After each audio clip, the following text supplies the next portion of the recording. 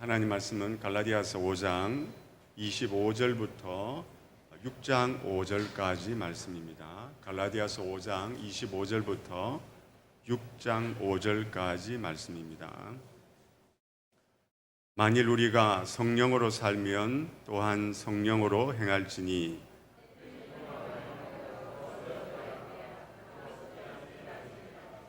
형제들아, 만일 무슨 범죄한 일이 드러나거든 신령한 너희는 온유한 심령으로 그러한 자를 바로잡고 너 자신을 살펴보아 너도 시험을 받을까 두려워하라.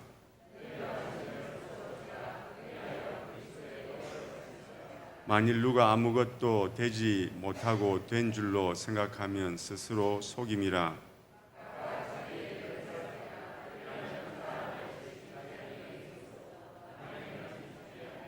같이 읽겠습니다. 각각 자기의 짐을 질 것이라. 아멘. 초창기에 우리나라는 기독교 인구가 적었음에도 불구하고 기독교가 아주 상당한 그런 영향력을 사회에서 발휘를 하고 있었습니다. 왜냐하면 성도들의 삶이 세상 사람들과는 많이 달랐기 때문에 그렇습니다. 경기도에서 활동하고 있던 무어라는 이 선교사님이 본국에 선교 보고를 보냈는데 이런 보고가 있습니다. 김 씨라는 사람이 농사를 지었는데 술도 즐겨 마시고 첩도 데리고 있었다. 그런데 예수님을 믿고 난 후에는 첩을 내보내고 술과 노름도 끊고 그렇게 좋아하던 담배까지 끊었다. 다른 선교사님의 선교 보고에도 이런 보고들이 많이 나오고 있습니다.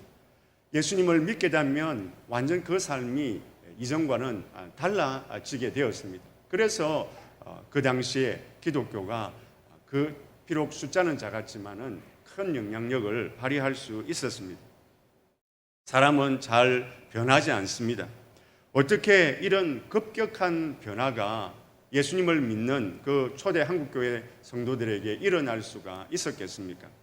오늘 말씀 속에서 우리는 그 이유를 찾아볼 수가 있습니다. 바울 사도는 오늘 말씀에서 예수님을 믿는 사람들은 세상 사람들과 다르게 살아간다라고 말씀하고 있습니다.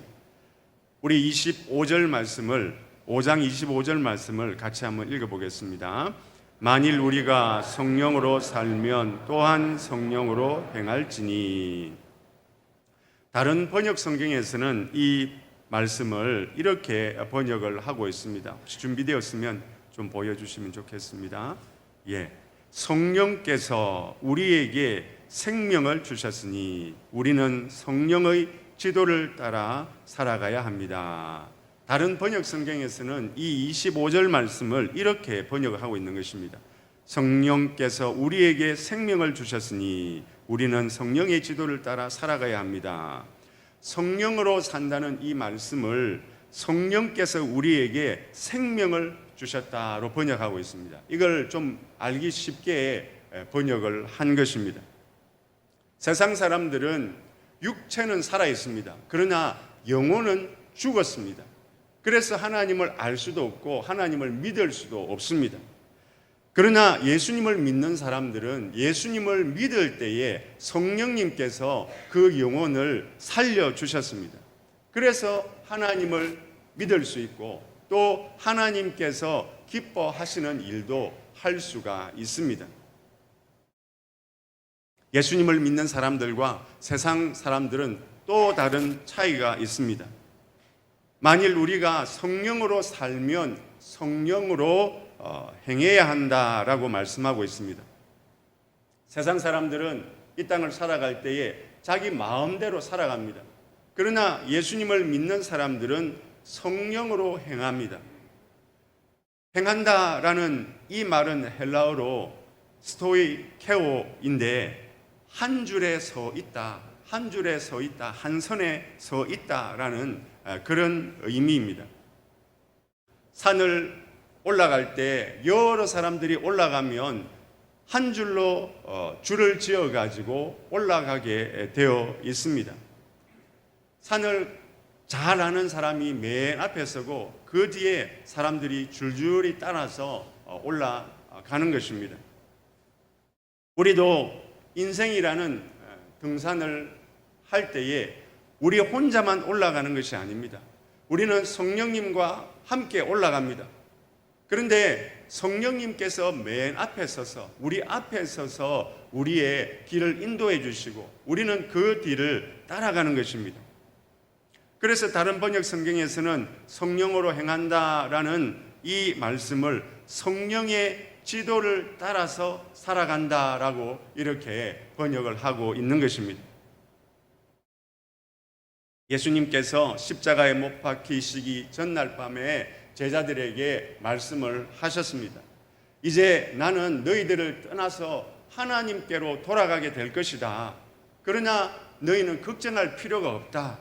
내가 떠나가지만 하나님께서 내 대신에 성령님을 보내주실 것이고 그 성령님께서 내가 너희들을 인도해 주었던 것처럼 너희들을 인도해 주실 것이다 라고 약속을 하셨습니다. 예수님께서 약속하신 그대로 예수님 부활하시고 하늘로 올라가셨습니다. 그리고 오순절날 성령님께서 제자들에게 찾아오셨습니다. 성령 충만을 받은 바울 사도가 전도하러 갔습니다.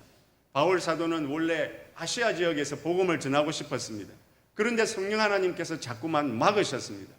아시아에서 복음을 전하지 못하게 하시고 대신에 환상을 보여주셨는데 마게도냐 사람 하나가 나타나서 이리로 와서 우리를 도우라 하는 그런 환상을 보여주셨습니다.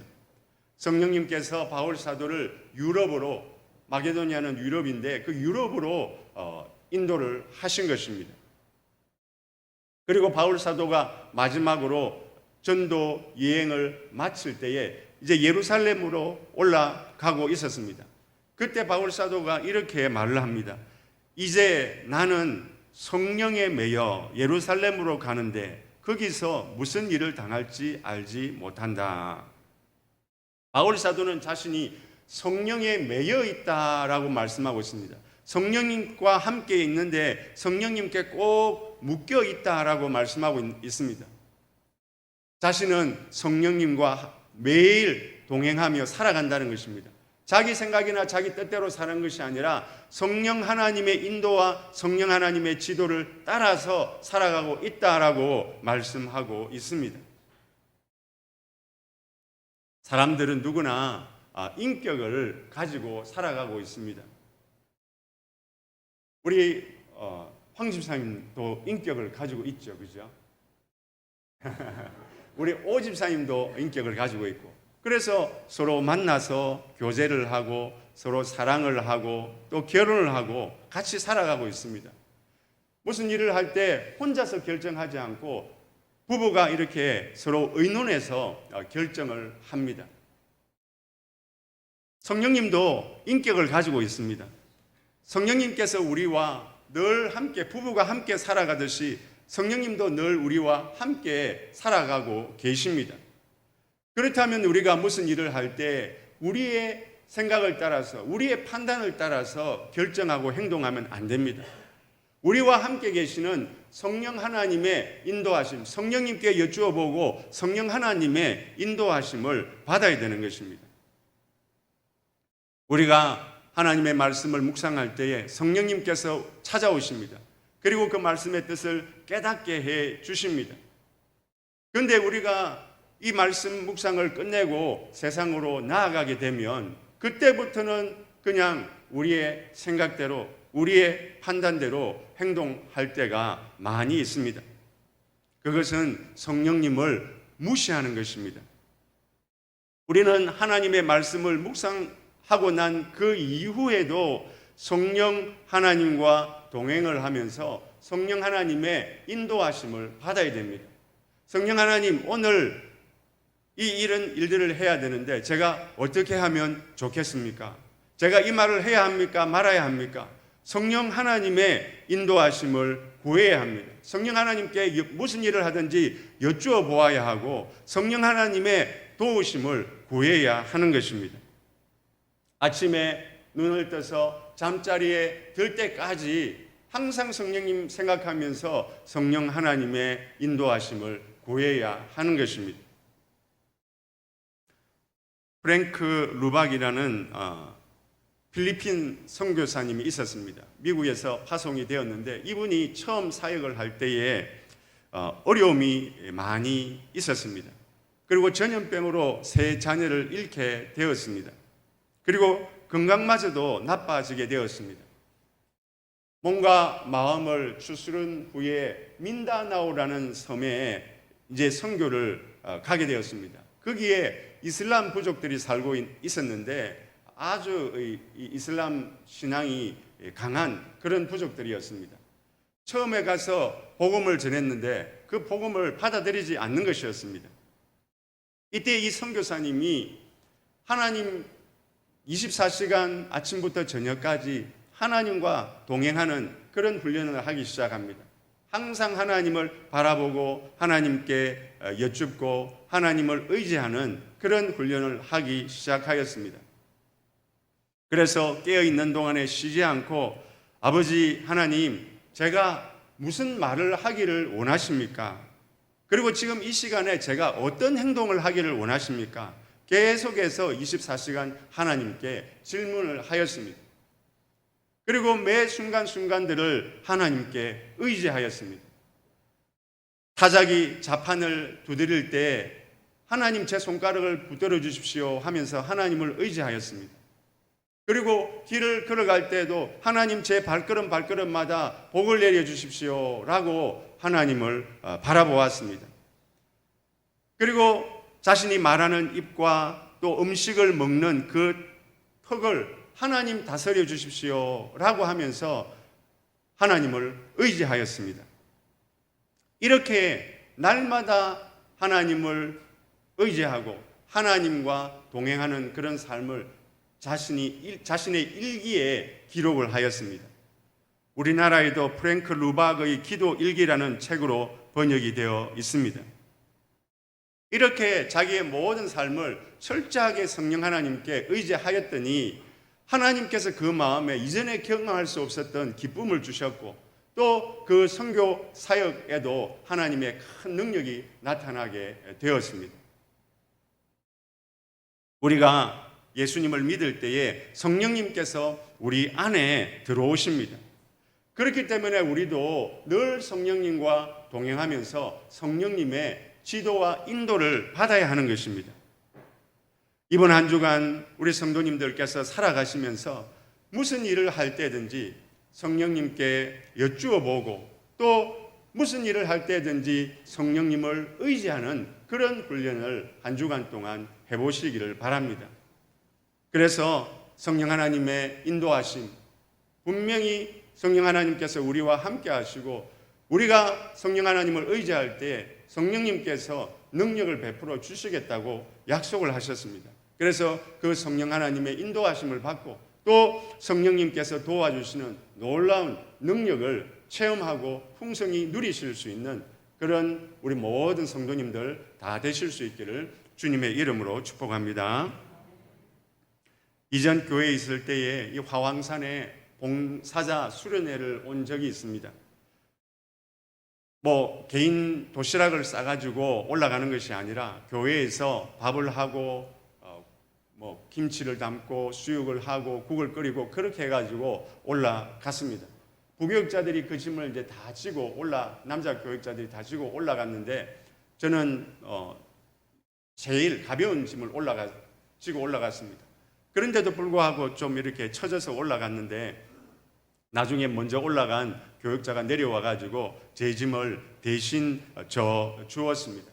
저는 편했지만 그 짐을 진 교육자에게 미안한, 육체는 편했지만 마음은 미안했습니다.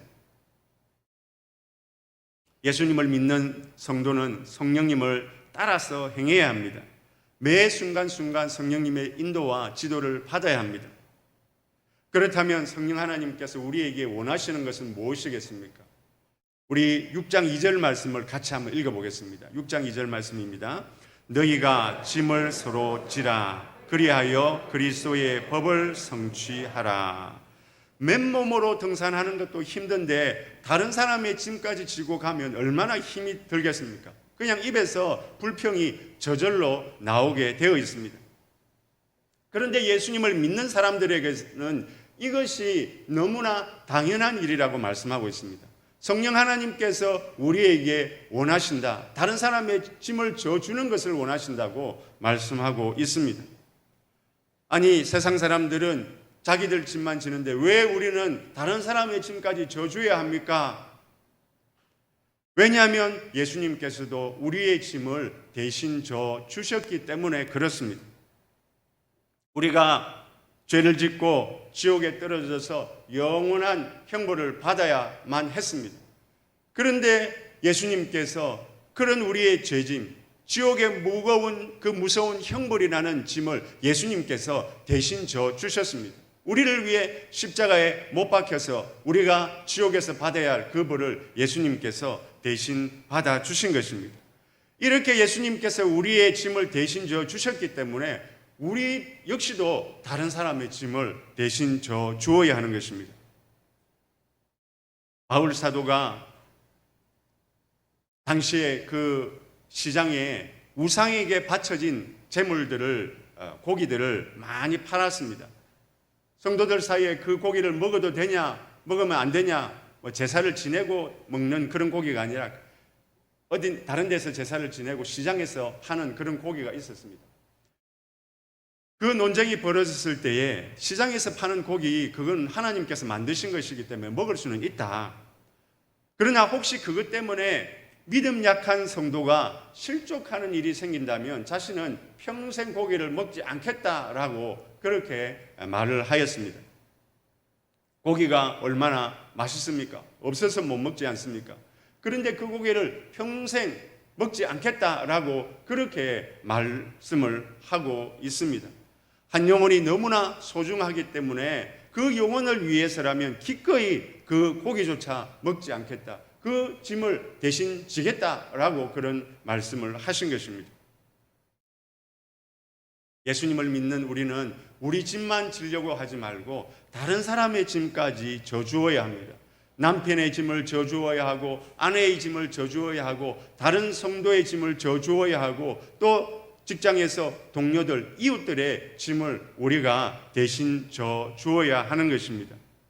우리가 좀 손해를 보고 희생한다고 하더라도 그것이 다른 사람에게 유익이 된다고 하면 우리가 기꺼이 다른 사람의 짐까지도 져줄 수 있어야 하는 것입니다. 무엇보다도 다른 사람의 영적인 짐을 져주어야 한다고 말씀하고 있습니다. 우리 1절 말씀도 같이 한번 읽어보겠습니다. 1절 말씀입니다. 형제들아, 사람이 만일 무슨 범죄한 일이 드러나거든 신령한 너희는 온유한 심령으로 그러한 자를 바로잡고 너 자신을 살펴보아 너도 시험을 받을까 두려워하라.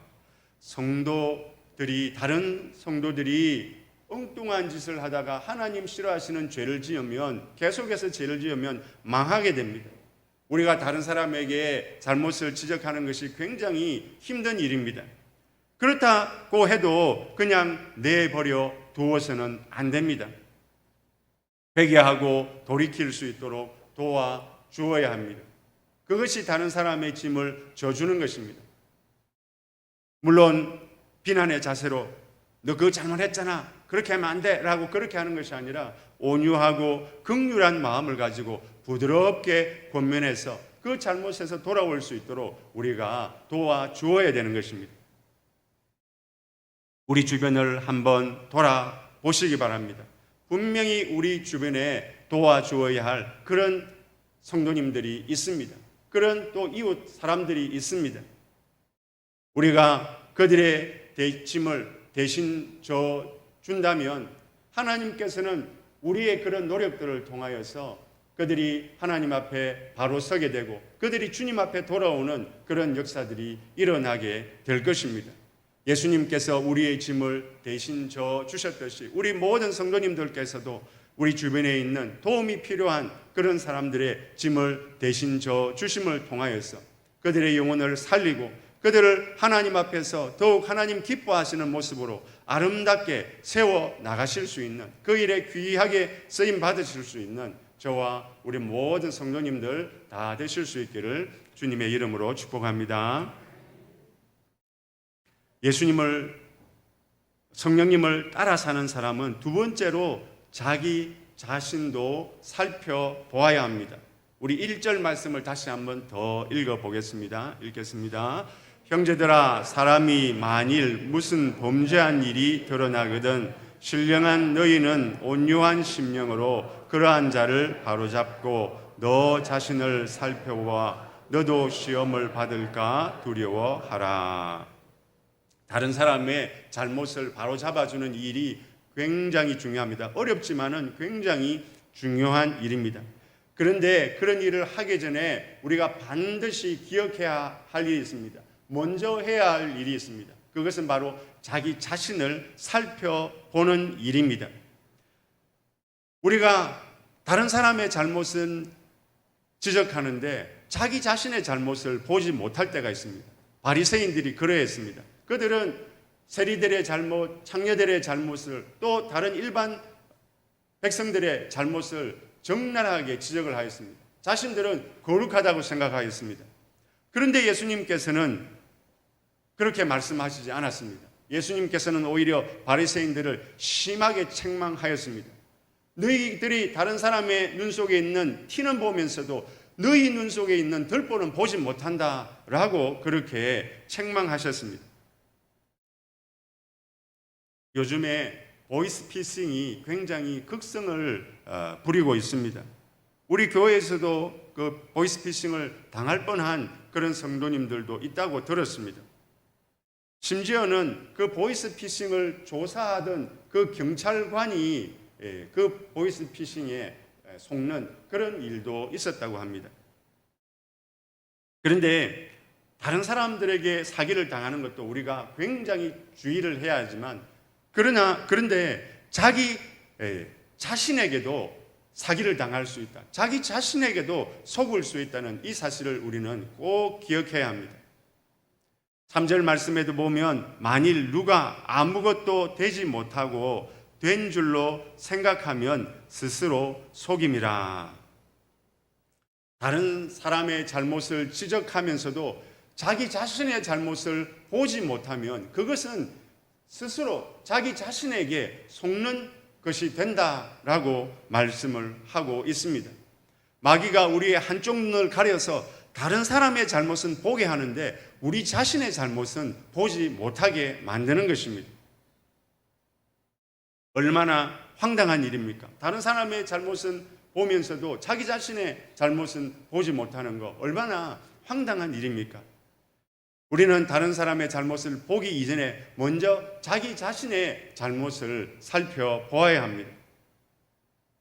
우리가 이렇게 자기 자신에게 속지 않으려면 하나님의 말씀을 묵상하면서 먼저 자기 자신을 비추어 보아야 합니다.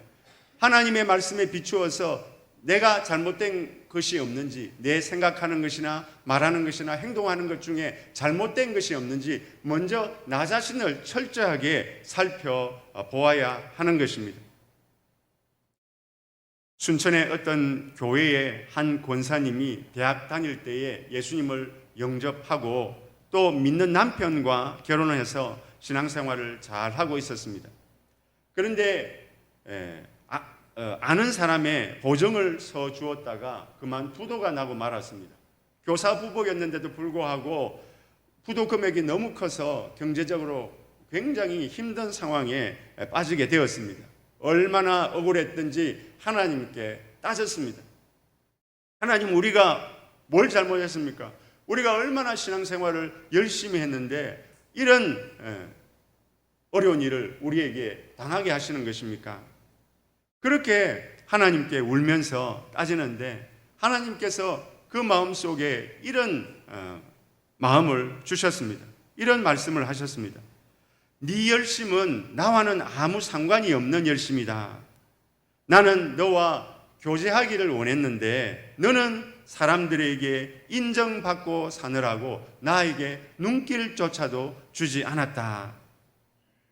그때서야 자기가 열심히 했던 그 봉사들이 하나님을 위한 봉사가 아니라 다른 사람들에게 잘 보이기 위한 그런 봉사라는 것을 깨달았습니다. 스스로 속고 있었던 것입니다. 울면서 회개를 하다가 그날 하나님께서 주시는 말씀, 그 묵상의 본문이 무엇인지를 보고 싶은 그런 마음이 들었습니다. 그래서 그날 성경 본문을 읽었는데 에스라 10장 말씀이었습니다. 에스라가 하나님 성전 앞에 엎드려 울며 기도하여 죄를 자복할 때에 많은 백성이 크게 통곡하며 이스라엘 백성들의 남녀와 어린아이의 큰 무리가 그 앞에 모인지라. 이 말씀을 읽는 순간에 이스라엘 백성들의 죄가 자기 죄이고 또 이스라엘 백성들의 회개가 자기 회개라는 것을 깨닫게 되었습니다. 고통 속에서 이 부도라는 큰 고통을 만나서 이렇게 눈물 흘리며 기도하고 말씀을 묵상하는 가운데에 자신의 영적인 실체를 발견하게 된 것입니다. 우리도 하나님의 말씀을 묵상하는 가운데 다른 사람의 잘못을 이야기하기 전에 먼저 우리 자신을 잘 살펴보아야 합니다. 우리가 말씀을 통하여 우리 안에 있는 잘못을 발견하고 그것을 회개하고 그것을 고쳐야만 우리의 영적인 성장이 이루어질 수가 있습니다. 그리고 하나님과 우리가 더욱더 친밀한 관계를 맺을 수가 있습니다. 그래서 하나님 주시는 은혜를 우리가 더욱 풍성히 누리고 하나님께 아름답고 귀하게 쓰임 받을 수가 있는 것입니다. 우리 모든 성도님들께서 날마다 하나님 말씀을 가까이 하시고 하나님 말씀을 묵상하는 가운데 먼저 우리 자신을 말씀을 통하여 잘 자세하게 살펴서 우리 안에 있는 잘못을 발견하고 그것들을 철저하게 회개하고 고쳐서 영적으로 한 단계 더 성숙할 뿐만 아니라 하나님과 더욱더 친밀한 관계가 되어서 하나님께서 우리에게 주시고자 하시는 은혜를 마음껏 받아 누리시고 또 하나님께 더욱더 귀하고 아름답게 쓰임 받으실 수 있는 그런 하나님의 동력자로 쓰임 받으시는 우리 성도님들 다 되실 수 있기를 주님의 이름으로 축복합니다.